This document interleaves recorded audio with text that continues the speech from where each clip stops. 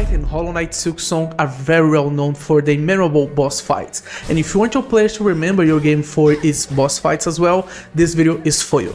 By the end of this video, you're going to have a complete multi-phase boss battle system that allows you to create behavior patterns and create seamless transitions to the next phase of the boss. I'm going to use the AnimationTree node from Godot Engine 4 to create finite state machines that we can use animations to state the behaviors of the boss, and then we can trigger the transitions using smart expressions so that we can detect if the boss reached a given amount of health or if we have a given chance to trigger another behavior pattern of this boss. This video is inspired by this devlog tutorial that I wrote for Platform Essentials Cookbook, which is the proposal for a new chapter of the book, which I'm trying to found with a founding campaign. So if you want to help founding 4 new chapters for this little book, you can go to the link that I'm going to put in the description so that you can get the full bundle with 3 learning resources to help you make Metroidvanias using Godot Engine. The top 7 Godot recipes, which are essential recipes so that you can quickly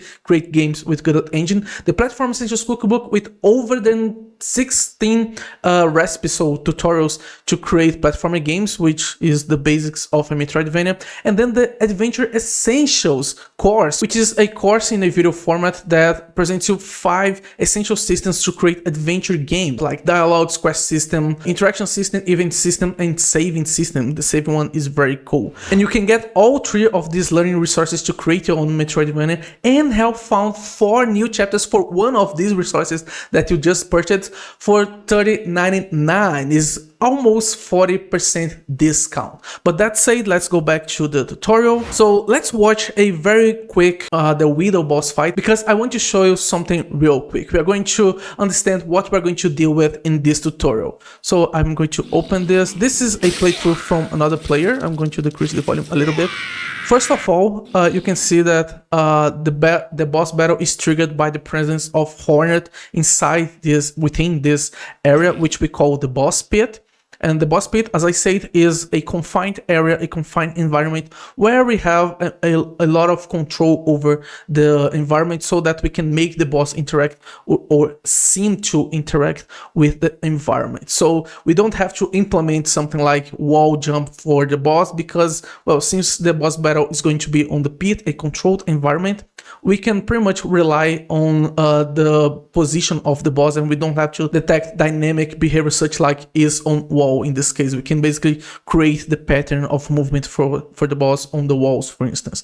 But let's play this battle. You can see that it's triggered when Hornet enters this boss pit, and the boss disappears and appears again, and then the boss battle actually starts. And this means that the boss is going to start its boss loop, so the sequence of behaviors patterns that the boss executes. All of these are predefined behaviors, so the boss basically just sort out which one is going to execute next. So for instance, this one is where it pulls some ball bells diagonally, as you can see, so we can use a spawner for that. Then it jumps in middle air and dashes downwards in the player's direction, and then horizontally in the player's direction. Again, this is another behavior pattern. Then it walks on the ground, pulling up some blades from the ground. This deals a lot of damage, by the way. And then it pulls again some ball bells, as you can see, but this time it instances a ball bell vertically instead of diagonally. So this is another set, and it keeps on repeating that. I think that there is another pattern that we didn't saw yet. Let me see. It's when it pulls up. Yeah, when it pulls up some several ball bells from the ceiling. Yeah, you saw that.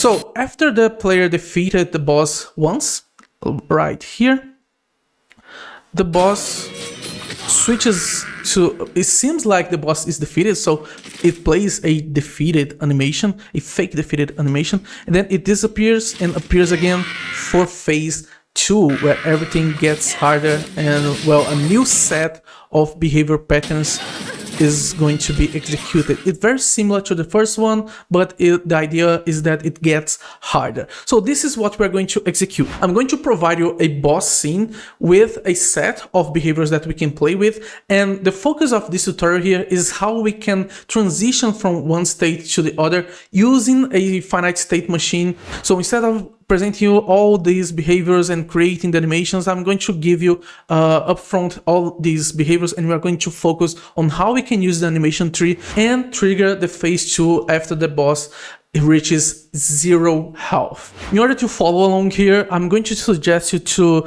go to this devlog tutorial that I wrote on h.io on the Platform Essentials Cookbook page, and down here you can download the project files to follow along with this tutorial. This is going to give you a zip file that you can extract, and after extracting you're going to have these two folders, the start one and the finished one. The finished one is for reference, so that by the end of this tutorial you can fall back to it, but I will suggest you to open the start project and follow along with us by opening the project.godot. So with the project open, let's open the Ares scene, which is the boss. And as you can see, we already have some animations here. These are the boss behaviors. And what we're going to do is the behavior pattern now. And for that, we are going to add a new animation tree as its children.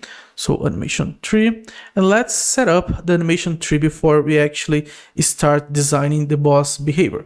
So first of all, let's select an animation player. This is going to be this one, so the direct one right below Ares here, so this one. The next thing that we are going to do is to deactivate the deterministic setting here, because this can create some very weird transitions and blendings between animations, and I don't like this because it takes a lot of control from my design, so I like to toggle this off.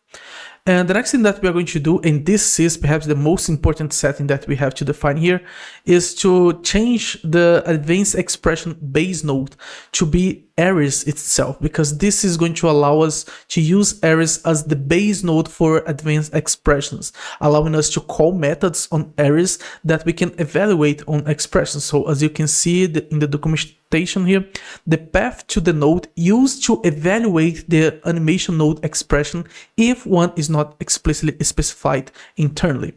So this is what we're going to use to access all the other nodes. For instance, to access the health node and the random change node, which is a node that I created that allows me to play with random number generation. So after we set this up on the scene tree, or the animation tree actually, sorry, we are going to create a new tree root that's going to be a state machine. And with that, if we go here to the animation tree tab, we have this state here. So this is a state machine.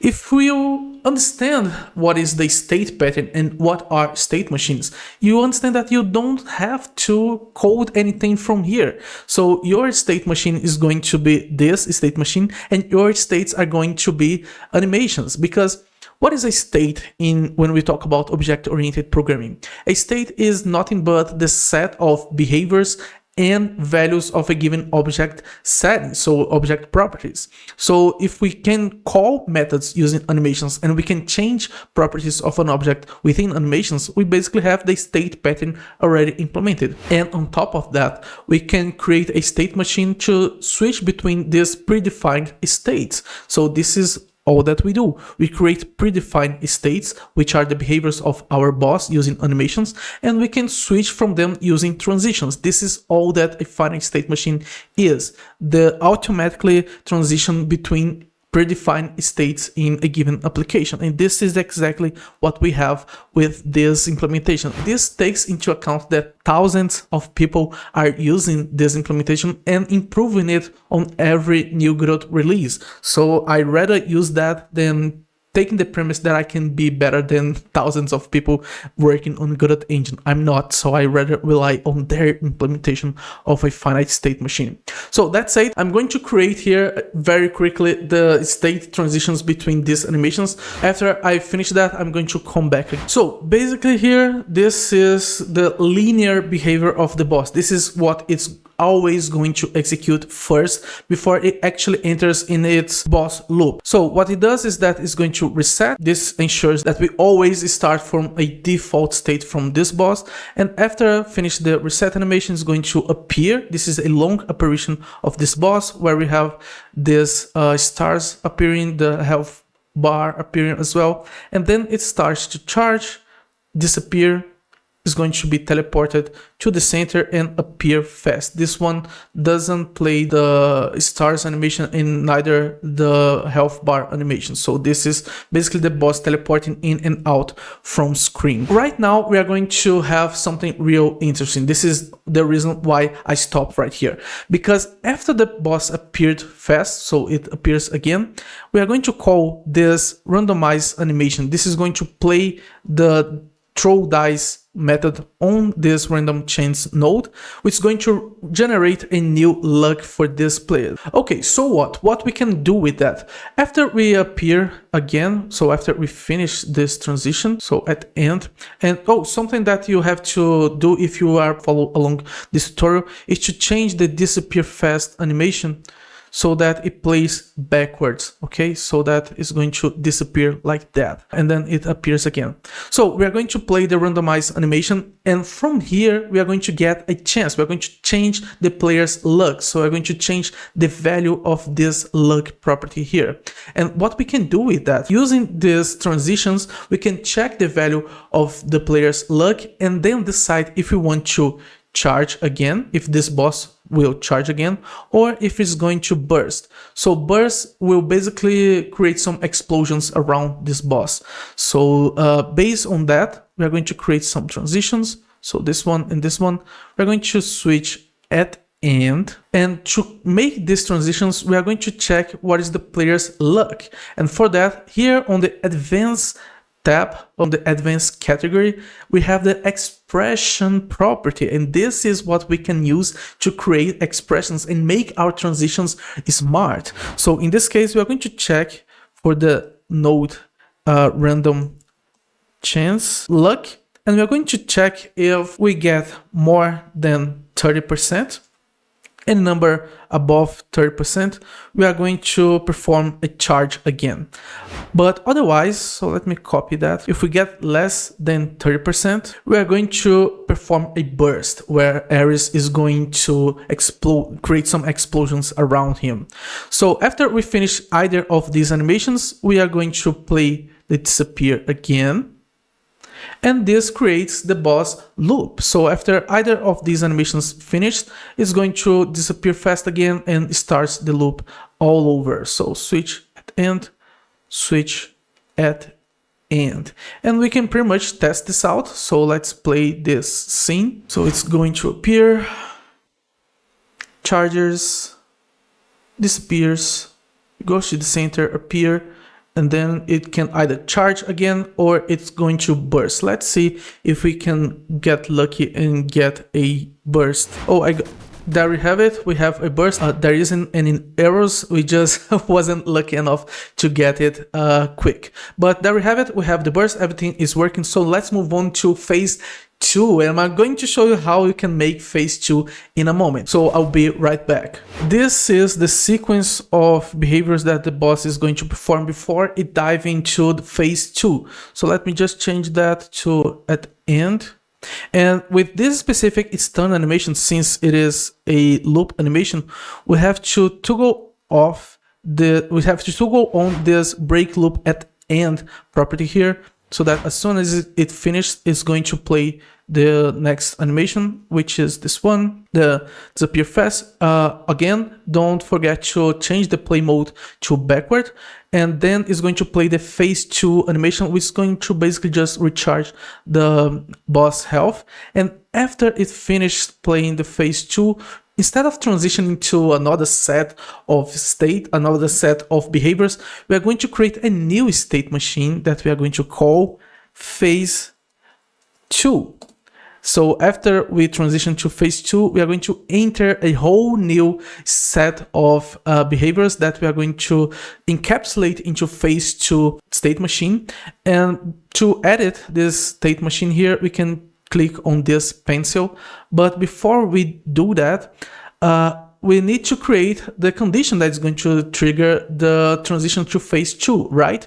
So for that, what we are going to do is to create a transition from every single one of these main animations here, these main behaviors. So the appear fast, the disappear fast, the charge, and the burst. And the condition for these animations, the advanced condition, is going to be immediate, okay? So the switch mode is going to be immediate because we want to switch immediately to phase 2 as soon as the boss gets defeated. The expression here is going to be to check for the health resource node current amount if it is below 1.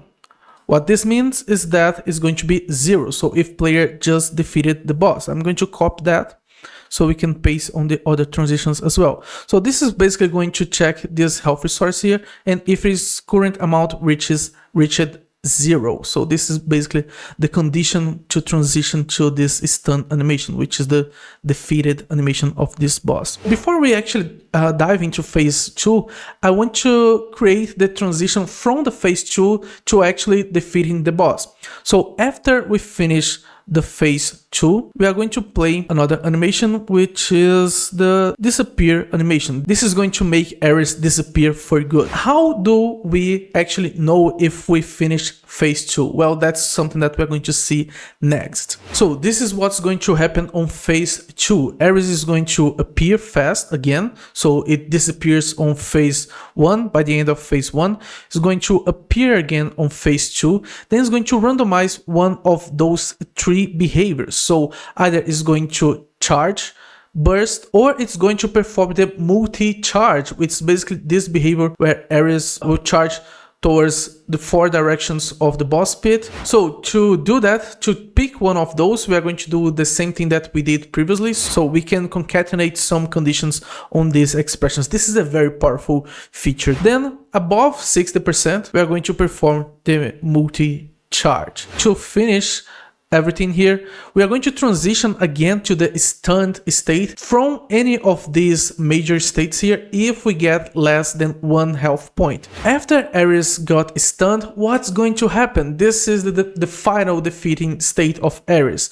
Well, we are going to end the state machine. We're going to end phase 2. So after finish playing the stunned animation, we're going to transition to the end state here, to this end block. From here, what's going to happen is this state here where Ares disappears for good. And let's test this out. Well, as you can see, we can test this scene without even having the player. This is because everything that I do is very modular.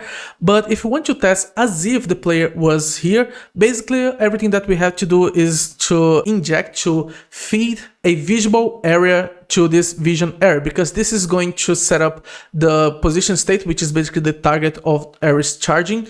And this is going to, well, allow Ares to adapt its charging behavior towards the direction of the target here. So what I'm going to do is to add a visibility test, which is basically a visible area that I can play with my mouse, which is going to allow us to test Ares behavior. So let's test this out. It's going to appear, then it's going to charge towards this target here that we are seeing on the screen, this circle. Let's see if we can get the burst animation. Yeah, there we have it. So let's decrease Ares health so we can switch to the phase 2. So I'm going to deal some damage to Ares, and as soon as we reach 0, Ares is going to stun, disappear, then appear again, bursting out, disappearing, going to the center, appearing again, bursting. So I had to fix Ares transition because we shouldn't use or, we should use and between. So between 0.40 and 0.60 so that it can sort out every animation. As you can see, we have the multi-charge now, the normal charge. So this is the multi-charge again. So that's it. There we have it. We have a system where we can play with finite state machines to create a multi-phased boss battle. I really hope you enjoyed. This is something that I want to turn into a whole chapter for my Platform Essentials cookbook. If you want to support the founding campaign for this book, again, the link will be in the description. By purchasing it, you're going to help found more content for a product, a learning resource that you just acquire. And if you want to know how you can create a saving system so that you can save when your player defeated a boss, you can check out this video where I explain how you can create a very flexible saving system. But that's it for today. See you on the next time. Bye bye.